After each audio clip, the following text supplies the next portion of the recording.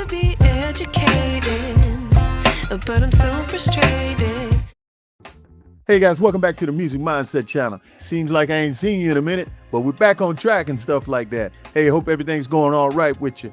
We're going to get into Cameo, sis. And you probably clicked this video because you saw Cameo in the title.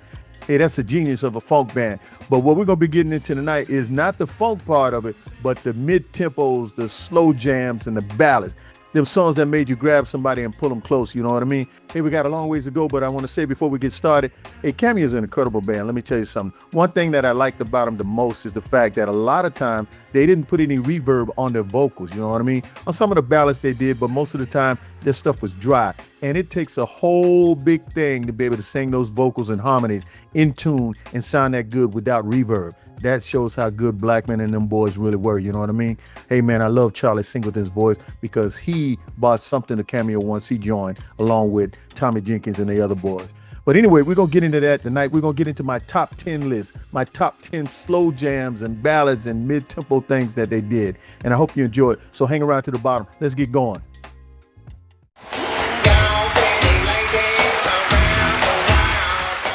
When people talked about Cameo, the first thing that usually came to mind was the funk, the grooves, the horns, the bass lines, the energy, the style, the attitude. This funky group of cats came out of New York in 1974, starting as the New York City Players before becoming Cameo in 1976. And they became one of the groups that helped define the sound and image of funk music in the late 70s and 80s. But what a lot of people did not always recognize was that Cameo was much more than just a funk band. These brothers were serious musicians. Larry Blackmon was not just the voice and face of Cameo. He was a drummer, songwriter, producer, and arranger who studied at Juilliard, and the other members of the group brought their own musical backgrounds and training to the table too. This was not just a group of band heads making noise in a garage and hoping they caught a break someday. No man, Cameo understood composition, harmony, rhythm, and how to build a song from the ground up. And when it came to slow jams and ballads, that musicianship really showed up every time. Because when Cameo broke the tempo down, they brought out a whole other side of the band. I mean, the same musicians who created those funky dance grooves could also create smooth, emotional records that connected with R&B fans on a completely different level. Yeah, they had Word Up, Candy, the wild outfits, the unforgettable image. But the real R&B heads also remember the other side of Cameo, the late night records, the baby-making grooves, the songs where the vocals, harmonies, and musicianship walked in the room and flipped off the lights. And another thing that made Cameo special was the voices behind those records. Because while Larry Blackmon eventually became the face, Cameo had several other talented vocalists like Anthony Lockett, Tommy Jenkins, Charlie Singleton, and Wayne Cooper, who helped bring these slow jams to life and gave the group a deeper R&B identity than many people realized. I think you might want to hear about that. So y'all ready to get into the smooth side of the funk? All right, let's jump into this Cameo top 10 slow jams and ballads. Now, keep in mind that I considered the sales, charting, and popularity of the songs on this list. And since I was around, I also had in mind what they meant to me. And that's how we came up with the rankings. So I'm about to start this thing off with a 1984 record from the She's Strange album. Number 10. Whispered softly in my ear. Not quite a straight slow drag song, but they dropped this mid-tempo gem to prove they could still handle the smooth stuff. I don't care if you don't love me like you say. That was Love You Anyway, a jazzy love tune from 1984's She's Strange, written by Melvin Wells and Charlie Singleton. You hear old school harmonies sung to perfection, slap bass, sophisticated keys, drums, and dramatic strings. Later a sax comes in, and Singleton does a George Benson type solo. Now, number 9, this one kinda has that old Chicago step-in feel to it, yet the words are singing more about before the party has even started.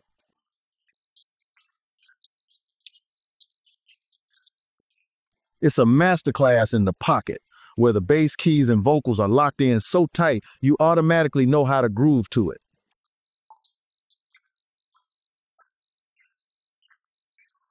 That was We're Going Out Tonight, a release single from the 1980 Cameo's album. This step, In the Name of Love Kind of Groove, was instrumental in helping the album achieve gold status. Collectors love this track for its production sophistication. It perfected that moody, late-night R&B aesthetic that defined the success of the album. Let's look at what was going on with my number 8. If you're confused, I will find. This track marked a major turning point for Cameo. They started moving away from the sprawling, horn-heavy ensemble sound of the late 70s and focused on a tighter, more intimate R&B unit.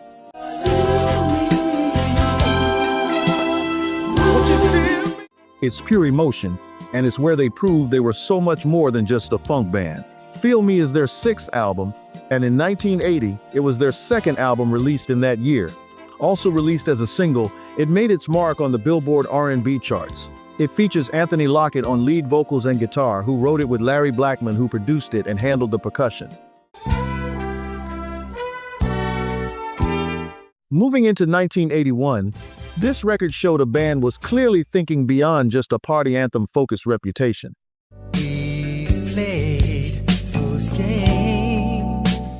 This thing was a songwriter's record about love and commitment, grown man style. A romantic ballad with a heartfelt dedication to finding and keeping a truly special partner.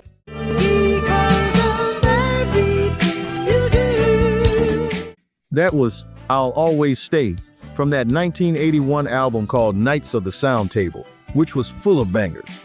It was clean, deliberate, and focused on harmony over high-energy dance beats. Cameo was in a transitional phase. Having just come off the success of 1980's Cameo's album, the band was physically exhausted, recording the album in short windows between tour dates. Number 6. Yeah, bruh. This was one of Cameo's sweetest slow jams. Through all my phasing times.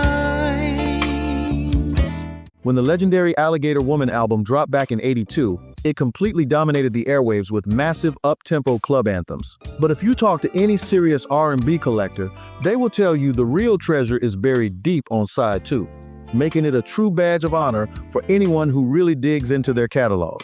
Me, I just love this slow jam. I sing this song for you. That was For You, from the 1982 gold-certified masterpiece. This track provided a necessary soulful balance to the heavy synth-funk hits like Flirt. Written, arranged, and sung by Charlie Singleton, that incredibly sweet falsetto can melt even a street thug. Blackmon had just scaled the band down to a 5-piece core unit, and this song proved they could deliver pure romance even as they transitioned into their electronic era. Now this is where we crack my top 5, and make sure you keep hanging around for number 1. This song coming up here is a bold inclusion, representing a time when these Cameo brothers were stepping into a whole new decade of dominance. Where were you the night I called home? It's emotional and reflective, proving that the soul in their music wasn't just a 70s trend, it was a permanent part of their DNA.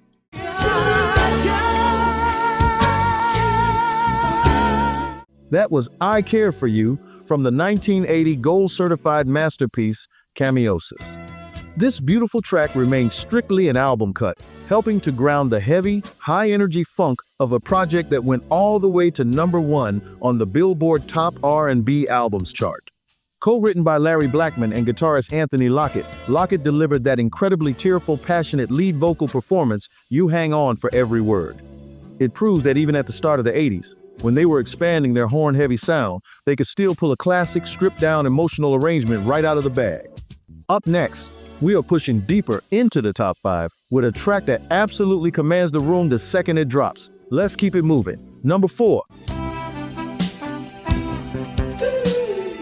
That intro says it all. Now, we are doubling back to an album we already talked about, and a song that you could lose your OG card in the urban community for not knowing the words, because this slow jam is a mandatory in the collection for old heads. I see you quite often. I mean, any serious R&B connoisseur has got to at least have the broken record or a copy of this tune or an old raggedy cassette tape in the closet somewhere, if nothing else. It's got an incredibly smooth, jazzy flow to it, driven by some of the most amazing horn arrangements the group ever laid down. I never knew I loved you. I always thought. That was I Never Knew, another brilliant piece of the puzzle from that 1981 gold-certified classic album Knights of the Sound Table. This track was released as a single B-side, helping anchor an entire project that ran all the way to #2 on the Billboard Top R&B Albums chart. Another tune written by Blackmon and Lockett once again giving us a masterclass on how to blow, as the streets would say, and create a soul R&B classic. Man, this track proved to the streets that even as Cameo were transitioning their sound, their musical execution stayed absolutely flawless. Now, we are at that point where it gets tricky. I'm about to officially cut deep into my sacred top 3 territory, a few feet from #1. Number 3.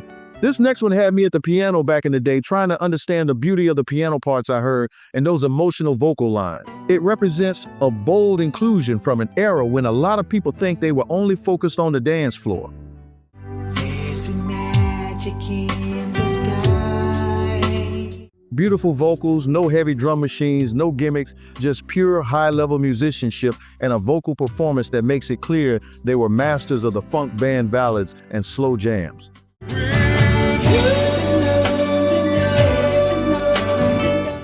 That was Heaven Only Knows from the 1983 album, Style. This track was strictly a deep album cut, making it an absolute gold standard for the group's mature arrangement power. It highlights an incredible classical piano performance by Kevin Kendrick, and Charlie's singing gives me chills.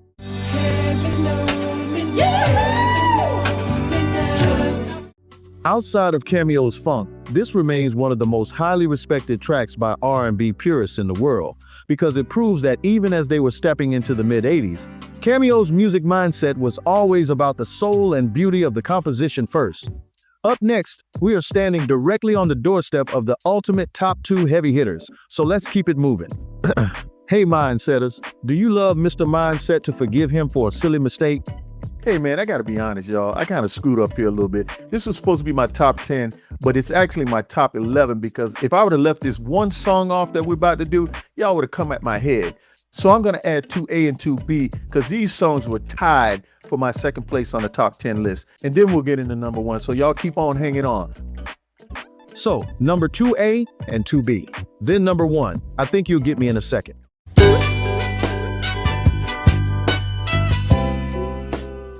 Number 2A. That intro alone tells you what time it is about to be. And Tommy Jenkins is about to tell you a story from the medieval days gone by. Today I'm just a lonely man, but tomorrow I'll be a... If you lurk around any serious vinyl collector groups across the internet, this track is the ultimate standard for agonizingly beautiful, emotionally raw ballads. And Wayne Cooper is known as the one who put the icing on the cake. But wait a minute. And what would it be without a chorus that all of us have probably experienced as a young buck in our lives at some point?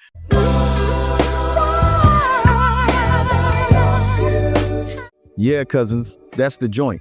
That was Why Have I Lost You? Now, real crate diggers know this song actually has a double history. It originally appeared on their 1978 album, We All Know Who We Are, but the version that truly captured the streets was the stunning re-recording dropped on the 1980 #1 Cameosis. Co-written by Larry Blackmon and Gregory Johnson, the track peaked at number 15 on the Billboard R&B singles chart. What makes it a certified masterpiece is the vocal chemistry. You got the tight harmonies and Wayne Cooper completely cutting through you with that soaring falsetto chorus. A lot of people don't know that Cooper got his start as a background singer for Temptations co-founder Eddie Kendricks, where he learned how to deliver smooth, emotional soul. Unfortunately, Wayne passed away in 1984. But this song is an absolute masterclass in R&B arrangement. Now, we're at 2B, and this is where it's about to get really real. The intro sounds like a theme for a mystery movie, and Tommy Jenkins is about to take us inside some deep lyrics about what is going on in his mind during a very bad breakup in a relationship. You're wishing on a star. It's the only one. This is just the song of songs. So I walk the city streets. It's got the music vibe, the lyrics, and the whole vivid scene drawn in your mind. And downtown.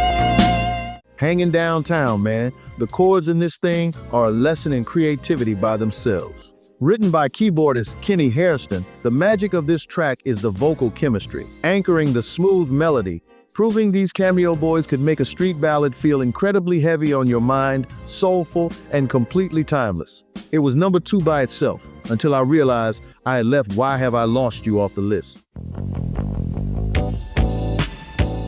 But now, the moment you jokers have all been waiting for. The undisputed crown jewel of this entire countdown. And the ladies love it too. When I first saw you, you had sparkle in your eyes. Man, if you were around in 79 and trying to get your slow dance on with that special someone, this track was an absolute go-to, if you did it right.